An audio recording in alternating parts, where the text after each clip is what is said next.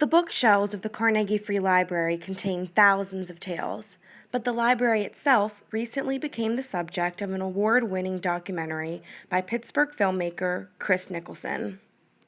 Contacted the Pittsburgh Paranormal Society. They actually had the contacts here. I guess they were actually coming here to do an investigation, and I did some research on a little bit about the legends and so forth, and it just seemed like a nice place to try and do the story for. The film begins with an historical account of the library and explores possible causes of paranormal activity. The library sits on land that once contained a cemetery.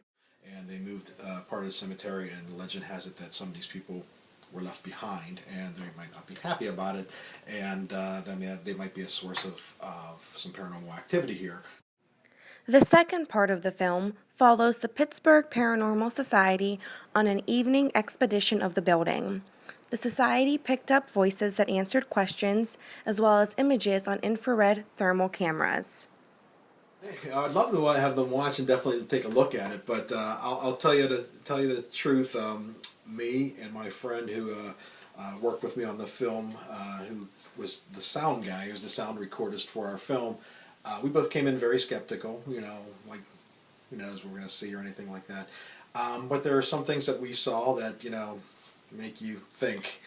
While Nicholson said he's still skeptical about the presence of ghosts, head librarian Casey Sorokman said she's sure of it. I 100% believe that there's paranormal activity. I've experienced it personally twice, things falling off the shelves, and just that feeling of uneasiness, and made a comment about making the spirits mad, and a book flew off the shelf. And for his documentary, Nicholson received 2 Telly Awards, and the DVDs are now being sold at the library as a fundraiser. Yeah, I won 2 categories at the Telly Awards, and it's based on merit. It's not like you're competing against other ones. They select ones based on merit that they think are worthy of achievement.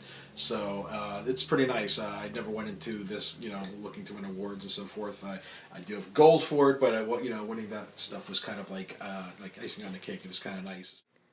For the Herald-Standard, I'm Natalie Brewsta.